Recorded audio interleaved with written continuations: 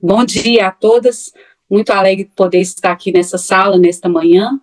É um privilégio podermos estar aqui para compartilhar a palavra de Deus.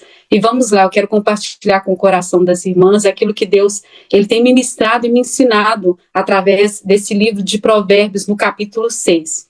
Nós sabemos que o livro de Provérbios é o livro da sabedoria, né? E através desse livro, né, de Provérbios, Deus ele usa exemplos para nos orientar, para nos ensinar, são conselhos práticos. Provérbios é um livro de conselhos práticos para que nós venhamos aplicar no nosso dia a dia, né? Porque o sábio, ele aprende com os conselhos, né? Ele aprende com seus erros, ele aprende com os conselhos, e Provérbios ele é o livro da sabedoria. Então, nós sabemos que os grandes homens de sucesso têm o hábito de meditar no livro de Provérbios, né? É a receita do sucesso, é o livro da sabedoria. A Bíblia vai dizer para nós que a sabedoria ela é mais valiosa e mais preciosa do que a prata, do que o ouro, do que os rubis, porque ela traz vida para a gente, né? A sabedoria, ela nos guia, ela é algo que Deus ele nos dá para que nós venhamos enfrentar as dificuldades, as adversidades e todas as situações da nossa vida. Então, vamos aprender mais um pouco nesta manhã com o livro de Provérbios, capítulo 6. Nós sabemos que na multidão de conselhos está a sabedoria, né? Provérbios diz isso. Então, nós vamos ouvir aqui alguns conselhos de Salomão no capítulo 6, e eu gostaria que nós viéssemos estar comentando por tópicos, porque nesse capítulo nós vamos ver vários assuntos. Eu gostaria de estar lendo esses trechos de acordo com o assunto e estar comentando esses trechos para melhor compreensão nossa. Amém? Dos versículos 6, do versículo 1 ao versículo 5, a Bíblia vai nos falar sobre não nos colocarmos como fiador. Vamos ler então. Diz assim, do 1 ao 5. Meu filho, se você serviu de fiador do seu próximo, se com um aperto de mãos empenhou-se por um estranho e caiu nas armadilhas das palavras que você mesmo disse, está prisioneiro do que falou. Então, meu filho, uma vez que você caiu nas mãos do seu próximo, vá e humilhe-se, insista, incomode o seu próximo, não se entregue ao sono, não procure descansar. Livre-se como a gazela que se livra do caçador, como a ave do laço que a pode prender. Então, a Bíblia ela vai aqui nos orientar, nós não nos colocarmos como fiador de ninguém, porque eu já vi, no decorrer aqui da minha vivência, pessoas perderem amizades, ficarem magoadas, ressentidas, amizades serem destruídas por se colocarem como fiador, querendo fazer favores a parentes, a familiares e a amigos. E a Bíblia vai dizer que aquele que ele se coloca como fiador, ele está preso nessa situação. Né? Que nós não devemos assumir a responsabilidade que não nos pertence, porque aquele que se coloca como fiador, caso aquele que fez a dívida não arque com as suas responsabilidades, o fiador ele terá que lançar mão de todos os seus recursos, ainda que seja necessário tirar os móveis da sua casa, os seus bens essenciais, ele terá que pagar a dívida. Então, é um livro que nos orienta a nós não nos colocarmos por fiador de ninguém, por mais que nós gostemos dessa pessoa. Por quê? Porque você está preso a essa situação e a essa pessoa. E você pode perder amizades por causa disso, né? Então, a Bíblia vai dizer que se você entrou numa situação dessa, procure a pessoa, explique-se e tente sair disso, porque você está enlaçado, você está preso nessa situação. Porque você está se tornando legalmente responsável pela dívida. E você vai ter que lançar mão dos seus recursos para pagar a dívida. E sofrerá as consequências e o prejuízo de dívidas não pagas. Então, do versículo 1 ao versículo 5, é uma orientação para nós de sabedoria, para que nós não venhamos nos colocar como financiadores, como fiadores de ninguém. É a orientação da palavra do Senhor. Do versículo 6 até o 11 vai falar sobre a preguiça. Talvez um dos assuntos mais falados no livro de Provérbios é a preguiça. E a Bíblia ela está sempre usando a criação para nos ensinar e nos corrigir, né? E a Bíblia ela está usando agora o exemplo da formiga, né? Que ela não tem um chefe sobre si, alguém que fica ali a vigiando, mas ela faz o seu trabalho diligentemente, com sabedoria, guardando os recursos para que no tempo da dificuldade, no tempo do inverno, que ela sabe que ela não vai poder trabalhar, ela não passe por escassez, ela não passe por dificuldade. E a Bíblia ela vai usar esse exemplo para chamar a nossa atenção. Nós sabemos que nós estamos vivendo uma geração de pessoas acomodadas, de pessoas viciadas em entretenimento, de pessoas viciadas em conformismo, em comodidade, em conforto. Pessoas amantes do prazer, pessoas amantes do sono, pessoas amantes do descanso. Nós temos vivido essa geração negligente. E Deus está nos chamando a atenção através do ensino do livro do Provérbios, dizendo para nós, olha o exemplo das formigas, que são diligentes, sabem que tem que trabalhar para o dia mau.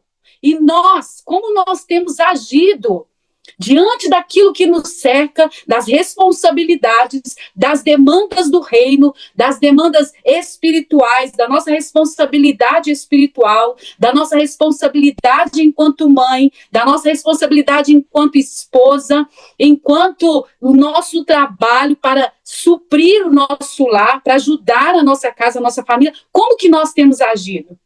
Nós temos sido sábios como o exemplo da formiga? Porque a Bíblia fala que aquele que não trabalha para guardar, ele será surpreendido pela necessidade e pela escassez.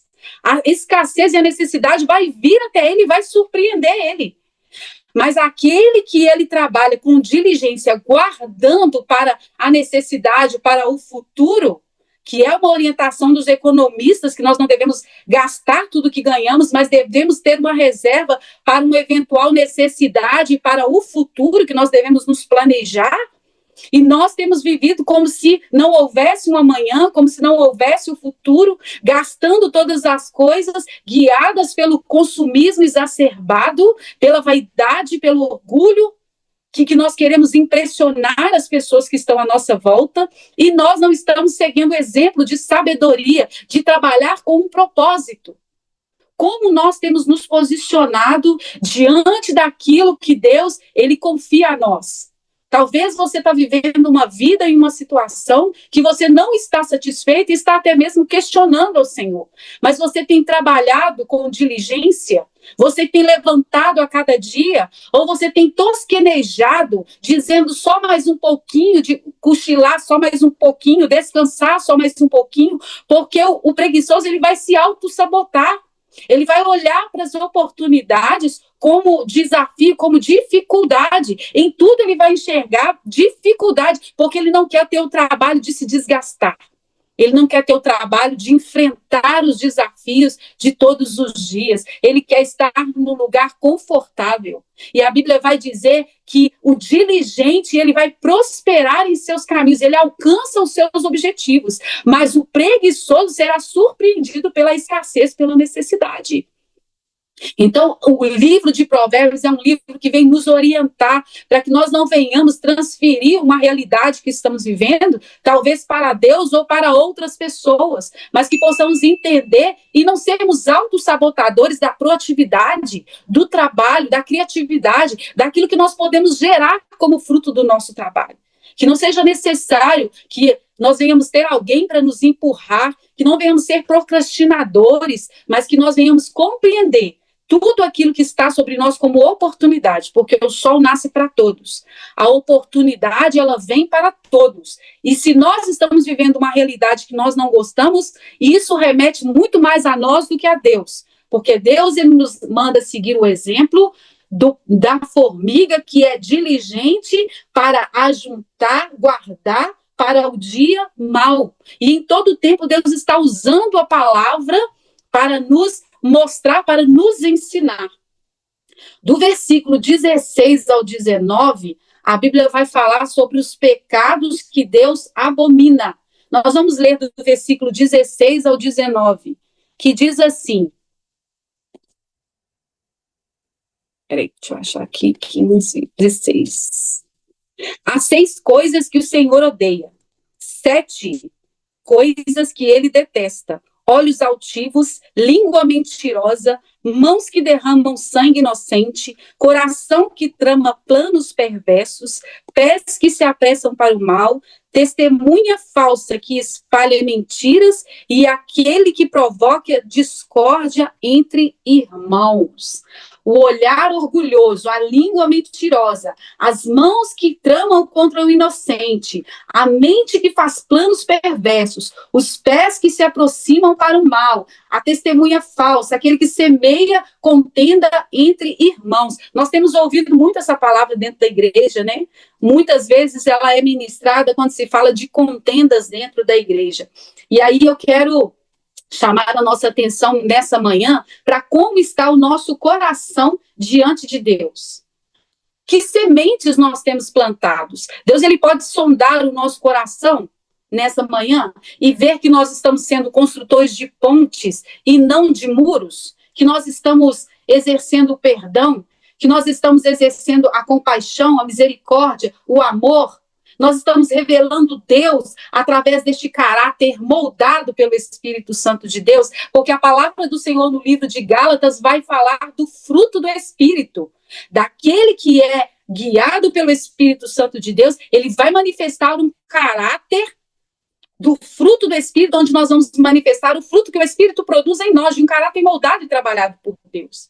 Não um olhar altivo e arrogante, mas um coração bondoso, mansidão, longanimidade, né? A Bíblia vai dizer o amor, aquele que ele perdoa, que ele usa de misericórdia. Então esse deve ser o fruto na nossa vida, o fruto do Espírito: amor, alegria, paz, mansidão, longanimidade, benignidade, bondade, fidelidade.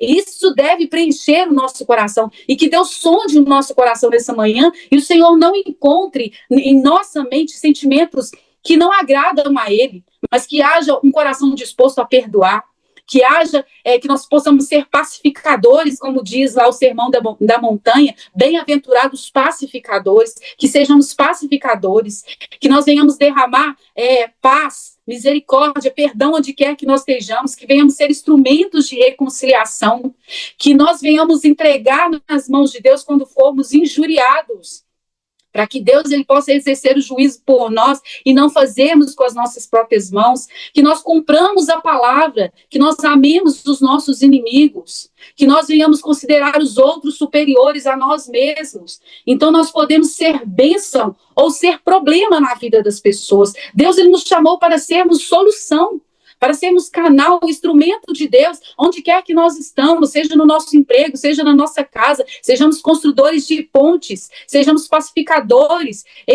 exerçamos o amor, a misericórdia, a compaixão, o perdão, a humildade. Essas devem ser as sementes que devem ser plantadas em nosso coração.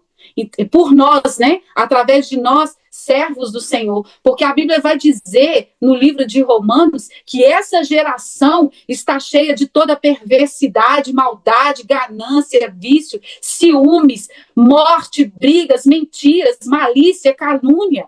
Que essa geração, eles são orgulhosos, vaidosos, maldosos, desobedientes aos pais, imorais, não obedecem, não temem a palavra e não amam a ninguém, amam a si mesmo. Então nós, como cristãos, nós andamos na contramão de tudo isso. Que Deus, ele sonde o nosso coração e encontre em nós um coração semelhante ao dele, onde nós possamos produzir aquilo que o Espírito de Deus gera em nós, que é o fruto do Espírito. Do versículo 20 ao 23, a Bíblia vai falar sobre a obediência. Meu filho, obedeça aos mandamentos do seu pai. Vai falar sobre as advertências contra o adultério. Meu filho, obedeça aos mandamentos de seu pai e não abandone os ensinos da sua mãe. Aqui é uma advertência até o versículo, na verdade, até o versículo 35 vai estar falando sobre esse assunto do adultério. E ele vai falar aqui, olha para vocês, o que ele diz no versículo 27. Pode alguém colocar fogo no peito sem queimar a roupa? Pode alguém andar sobre brasas sem queimar os pés? Assim acontece, versículo 29, assim acontece com quem se deita com a mulher alheia. Ninguém que a toca ficará sem castigo. Versículo 32, o homem que comete adultério não tem juízo. Todo aquele que assim procede, a si mesmo se destrói. Sofrerá ferimentos e vergonha e humilhação. E a humilhação jamais se afastará dele, pois o ciúme do homem traído, né, desperta a fúria do marido, que não terá misericórdia quando se vingar, não aceitará nenhuma compensação, os melhores presentes não o acompanharão. Como a Bíblia ela vai ter uma linguagem tão clara sobre a questão do adultério, né? A Bíblia, amados, a palavra de Deus, ela foi nos dada para que não para nos oprimir ou para nos subjugar, mas para nos proteger, nos abençoar. Então, quando a Bíblia ela traz esse ensinamento, ela é um guia que vai nos conduzir por um caminho seguro, que vai trazer proteção e vida plena sobre a nossa vida. A palavra do Senhor diz que a Bíblia, ela é os mandamentos de Deus são a lâmpada e a instrução, luz para os nossos caminhos. Eles são aqueles que nos conduzem à vida. A Bíblia relaciona a palavra de Deus como a luz que nos guia em meio às trevas. Então, a palavra de Deus, ela joga luz aonde há trevas. E ela vem trazer uma clareza muito grande acerca daquele que cai no laço do adversário em cometer o adultério. Então, ela vai dizer assim que o homem que comete adultério, ele está brincando com fogo. Pode alguém brincar com fogo e não sair queimado? A Bíblia vai nos orientar que esse tipo de pecado da área sexual nós não enfrentamos porque achamos que somos fortes, mas nós fugimos. Então, nós, como mulheres, precisamos de fugir desse laço do passarinheiro, de toda a artimanha do adversário, porque tudo, muitas vezes, começa com um olhar, começa com uma gentileza, começa com uma amizade, e ali o adversário, muitas vezes, começa a plantar essa semente no coração de homens e mulheres de Deus. Todos os dias nós vemos homens e mulheres de Deus, de grandes ministérios, homens cheios da presença de Deus, homens que estão impactando gerações, grandes líderes que estão caindo por causa do laço do adversário, porque subestimam a fraqueza da sua carne, a sua vulnerabilidade, e estão, muitas vezes, trazendo escândalo para aqueles que são pequeninos, trazendo escândalo para o evangelho, porque não vigiam, literalmente estão brincando com fogo. Então, que nós possamos ter essa percepção para estarmos na vigilância. Aquele que está de pé, cuide para que não caia.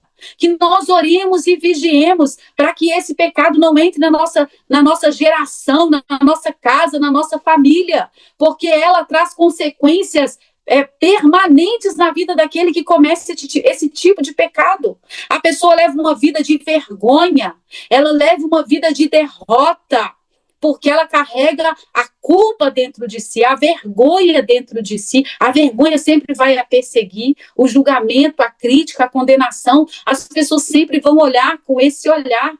Então, que nós possamos estar na vigilância, resguardando os nossos casamentos, resguardando o nosso relacionamento com o nosso esposo, orientando os nossos filhos para que eles não caiam nesse pecado. Pessoas perdem a vida, são mortas porque se envolvem em relacionamentos de mulheres separadas, divorciadas, mulheres que já tiveram envolvimentos amorosos com outros homens.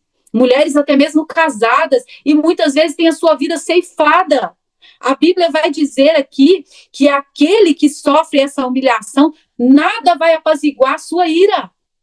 Não haverá presentes que vai apaziguar a ira, não aceitará nenhuma compensação. Os melhores presentes não o acalmarão, mas aquele que assim age sofrerá vergonha e humilhação e jamais se apagará. Olha como que é sério isso. Nós, como mulheres de Deus, precisamos resguardar as nossas casas, o nosso casamento. Nós precisamos convidar o Senhor para estar no centro do nosso casamento, do nosso relacionamento, fechar todas as brechas, não permitir nenhuma brecha para o adversário entrar.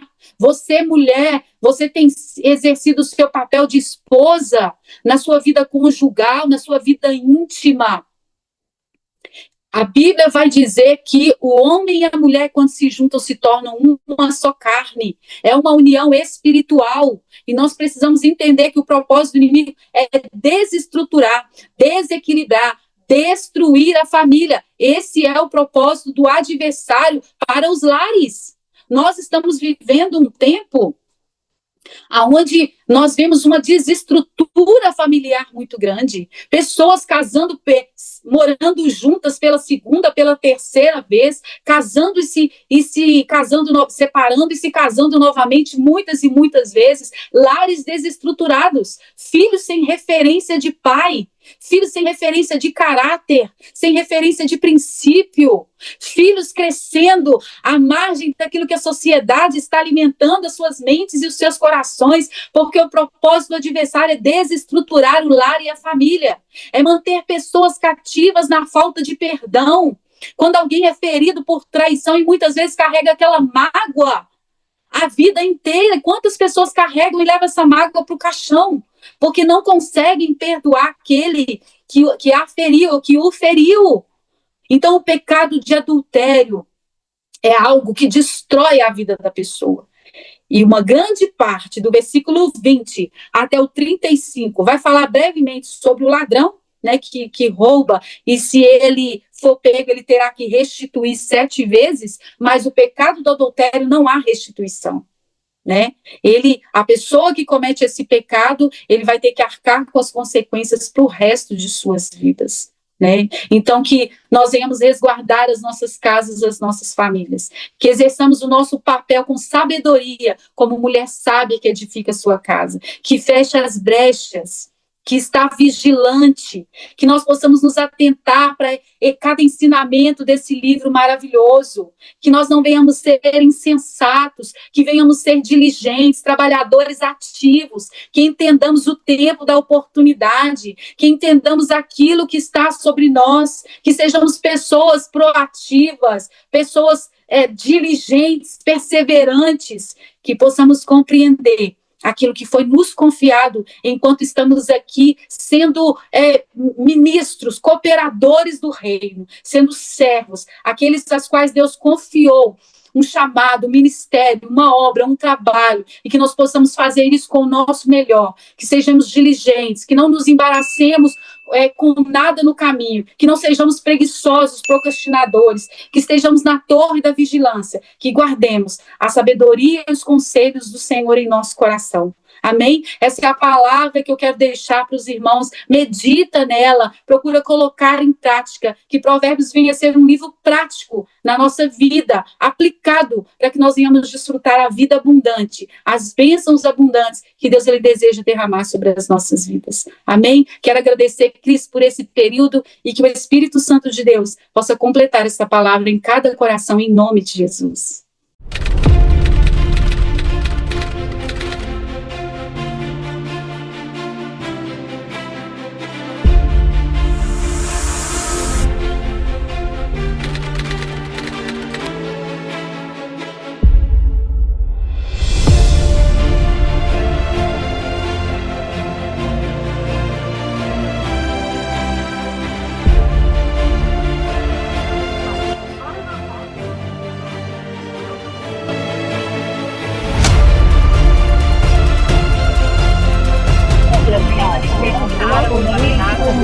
Então, mas hoje em dia,